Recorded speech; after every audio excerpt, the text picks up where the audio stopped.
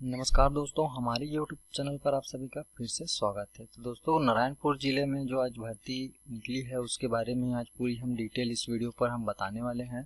तो आप यहाँ पर देख पा रहे होंगे नारायणपुर ज़िले का जो ऑफिशियल वेबसाइट यहाँ से आपको इस तरह से नज़र आएगा। जब भी आप narayanpur.gov.in पर लॉगिन हो जाएंगे तो यहाँ से हम नोटिस बोर्ड पर यहाँ पर भर्ती पर क्लिक करेंगे तो देखिए यहाँ से मुख्य चिकित्सा एवं स्वास्थ्य अधिकारी नारायणपुर जिले के लिए प्रेस विज्ञापित हुआ है, जिसकी आवेदन की तिथि 10 अक्टूबर से स्टार्ट हो चुका है और लास्ट 31 अक्टूबर रहेगा। और यहाँ से अपना विज्ञापन यहाँ से देखेंगे तो इस प्रकार से आपको विज्ञापन नजर आएगा। कार्यालय चिकित्सा एवं स्वास्थ्य अधिकारी नारायणपुर। तो इस प्रकार से आपको यहाँ देखेंगे कि कार्यालय कलेक्टर अधिकारी स्वास्थ्य समिति मिशन के अंतर्गत ये संविदा पदों पर भर्ती किया जाना है, जिसका आप यहाँ से अधिकारी नारायणपुर जिला के लिए संलग्न समय सारणी समय में स्वयं उपस्थित होकर या तो निर्धारित प्रारूप पर आपको आवेदन करना होगा। और इसके तहत आप समय सीमा से आप चूक जाते हैं तो इस पर विचार नहीं किया जाएगा। तो आप यहाँ से जो पदों की संख्या है वो यहाँ से हम देखेंगे कि कम्युनिटी हेल्थ एंड CHO का जो पद है वो आप एक प्रकार से 26 पदों पर भर्ती किया जाना है, जिसकी मासिक वेतन यहाँ 16,500 रुपया रखा गया है। ST के लिए यहाँ पर 21 पद है, SC के लिए यहाँ पर कोई पद नहीं है। तो आप यहाँ से और यहाँ से 3 पद जो है आप यहाँ से देख पाएंगे। इसको थोड़ा हम ठीक है, तो 3 पद OBC के लिए रहेगा और अनारक्षित के लिए 2 पद रहेगा। और स्टाफ नर्स की जो भर्ती है यहाँ पर PICU NHDU के लिए जो 27 टोटल पद रहेगा, इसमें 16,500 इसका भी वेतन मान आपको यहाँ से देखने को मिलेगा। 19 पद ST के लिए है, 1 SC के लिए, 4 OBC के लिए और 3 अनारक्षित पदों के लिए भर्ती होनी है। और टेक्निकल असिस्टेंट आइडियोमेट्रिक के लिए जो 1 पद है जिसमें 15,000 रुपये इसका भी वेतन मान रहेगा प्रति वर्ष, इसमें 1 ही पद रहेगा। और काउंसलर के लिए जो NHM है जो उसके लिए 2 पद यहाँ पर है, इसमें 12,000 रुपये प्रति माह और 1 पद इस पर भी ST में देखने जाएंगे। तो टोटल यहाँ पर रिक्त पद आप देखेंगे कि 26 पदों पर भर्ती होना है, ST के लिए 40 पदों पर। तो इस प्रकार से टोटल आप 56 पदों पर भर्ती होना है। और जो बैकलॉग जो पद रहेगा वो आप यहाँ से देखेंगे कि यहाँ से आयुष के लिए मेल जो पद रहेगा वो रहेगा आपको 1 ही पद रहेगा। इस पर 25,000 रुपये मासिक वेतन जो ST कास्ट के लिए ही ये रहेगा। नर्स के लिए आप स्टाफ नर्स के लिए इस पर सामान्य पद रहेगा और 1 ही पद रहेगा। और फिजियोथेरेपिस्ट के लिए 1 पद और ड्राइवर के लिए इस पर भी 1 पद रहेगा। टोटल इस पर 4 पदों पर रहेगा, मतलब कुल इस पर 60 पदों पर भर्ती होनी है। और शैक्षणिक योग्यता की बात करें तो आप यहाँ से आयुष मेल के लिए आप यहाँ देख सकते हैं BHMS या तो आप BAMS हैं तो आप इस पर आवेदन कर सकते हैं। और इस पर 65% आपको और 15 NHM कार्यरत अभ्यर्थियों के लिए भी आपको दिया जाएगा। अनुभव है तो 3 वर्ष का एवं 10 अंक आपको इस पर अभ्यर्थी को प्रत्येक वर्ष में 2 अंक दिया जाएगा। तो आपको टोटल इस पर 20 अंक और लिखित परीक्षा का रहेगा। और कम्युनिटी CHO के लिए आप सर्टिफिकेट मान्यता प्राप्त इन community health and BSc nursing पाठ्यक्रम आपका होना चाहिए। इस पर 65% आपका होना चाहिए। लिखित के लिए यहाँ पर 20 अंक आपको दिया जाएगा।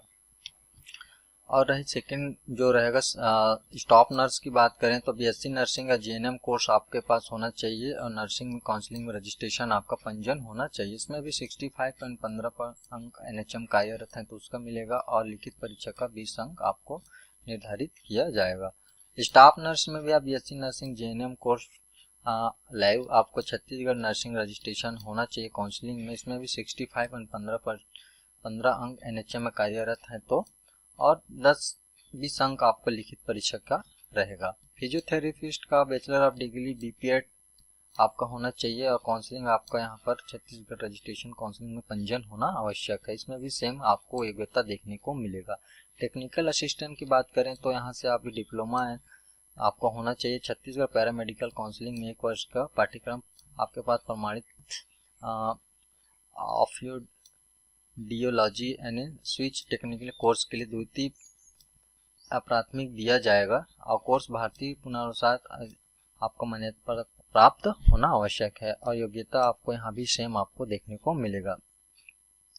काउंसलर की बात करें तो पोस्ट ग्रेजुएट आपका होना चाहिए सोशियोलॉजी वर्कर में और 2 वर्ष का रेगुलर कोर्स आपका होना चाहिए। इसमें भी आपको सेम योग्यता देखने को मिलेगा। ड्राइवर का लिए आप 8वीं पास हैं तो उस पर, और ड्राइविंग लाइसेंस आपका हेवी मोटर में होना चाहिए। और आपको यहाँ से जो बहुविकल्पी रहेगा उस पर आपको 15 अंक, NHM में कार्यरत हैं तो अनुभव का 3 वर्ष के लिए 10 अंक आपको प्रदान किया जाएगा। और इसका अधिकतम 5 वर्ष है तो, और उसके अनुसार आपको मेरिट लिस्ट तैयार किया जाएगा। और इस पर आप वेबसाइट पर आप जाके नारायणपुर के देख सकते हैं। यहाँ पर आप प्रवेश पत्र भी वहीं से आपको डाउनलोड करना पड़ेगा, ठीक है। और यहाँ पर आपको यहाँ से जो भर्ती का जो आपको देखने को मिलेगा कि यहाँ पर स्टाफ नर्स के मितानिन कार्यरत हैं तो प्रमाण पत्र आपको वहाँ पर संलग्न करना पड़ेगा, तभी आपको अनुभव के अनुसार 4 अंक अधिकतम 20 अंक प्रदान किया जाएगा। आप यहाँ पे मितानिन पर कार्यरत हैं और कोर्स कर रखा है तो आप यहाँ से आवेदन कर पाएंगे। दिव्यांग आजाज के लिए आपको यहाँ पर शुल्क आप देख सकते हैं 100 रुपये शुल्क रखा गया है, कम से कम 25,000 से कम शुल्क, और 25,000 से अधिक है तो 200 रुपये शुल्क लगेगा। और अन्य पिछड़ा वर्ग महिला है तो 200 रुपये इसमें भी लगेगा और 300 रुपये उससे अधिक में लगेगा। और DD स्वीकार नहीं किया जाएगा। और समय निर्धारित पर आपको आजाद जो भी कैटेगरी से आते हैं तो उसके हिसाब से आपको शुल्क आपको जमा करना होगा, अन्यथा यह फॉर्म आपको रिजेक्ट कर दिया जाएगा। संविदा मानदेय वेतन अधिक सेवा अवधि के दौरान प्रति माह एक मुश्त वेतन प्रावधान किया जाएगा। दस्तावेज की कमी है तो आपत्ति आपको जमा करना होगा, समय सीमा इसका भी आपको यहाँ से दिया जाएगा। और 31 मार्च 2026 नियुक्ति है तो विभागीय आवश्यकता अनुसार संविदा नियुक्ति व्यक्ति को आकलन संविदा में वृद्धि निर्णय लिया जाएगा। अब पहले से उस पर नियुक्ति है तो ये सारी चीजें आपको पहले से निर्धारित किया जाएगा, ठीक है। और इसमें विज्ञापित पदों की संख्या 1 से 10 है और आपको यहाँ से साक्षात्कार के लिए 10 गुना विज्ञापन के अनुसार आपको बुलाया जाएगा, ठीक है।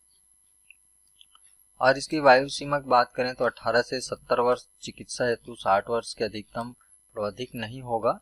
और ये संविदा भर्ती है तो इस पर आपको राष्ट्रीय स्वास्थ्य मिशन 2018 के अनुसार ही भर्ती लिया जाएगा।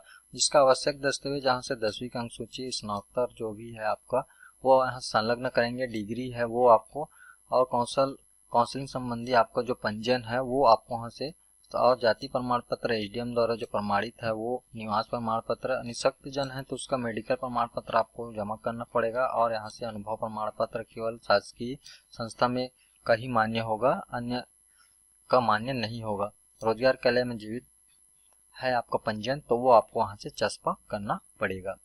बाकी डिटेल आप यहाँ से नारायणपुर के वेबसाइट से आप संबंधित जानकारी ले सकते हैं। और इसका जो आवेदन का जो प्रारूप है वो हम यहाँ से दिखा देते हैं। आवेदन का जो प्रारूप रहेगा ये रहेगा कॉलेज लेटर जो हेड के द्वारा आपको वहाँ सिग्नेचर आपको करानी पड़ेगी। और यहाँ से आवेदन की जो प्रारूप रहेगा आप ये यहाँ से आप देख पा रहे होंगे। बाकी डिटेल आप यहाँ से भर के यहाँ से अपना इसको आपको स्वयं उपस्थित होकर आपको यहाँ से बाकी शैक्षणिक योग्यता यहाँ अपना फिल करेंगे, ठीक है। और इसको आप प्रिंट आउट निकाल के यहाँ से आपको आवेदन करना होगा। तो या बाकी डिटेल आप यहाँ भर के आपको इसको स्वयं उपस्थित होकर भी अपना आवेदन यहाँ से आपको फिल कर सकते हैं। तो दोस्तों वीडियो अच्छा लगा तो लाइक सब्सक्राइब जरूर करिएगा। मिलते हैं नेक्स्ट वीडियो में, तब तक के लिए धन्यवाद।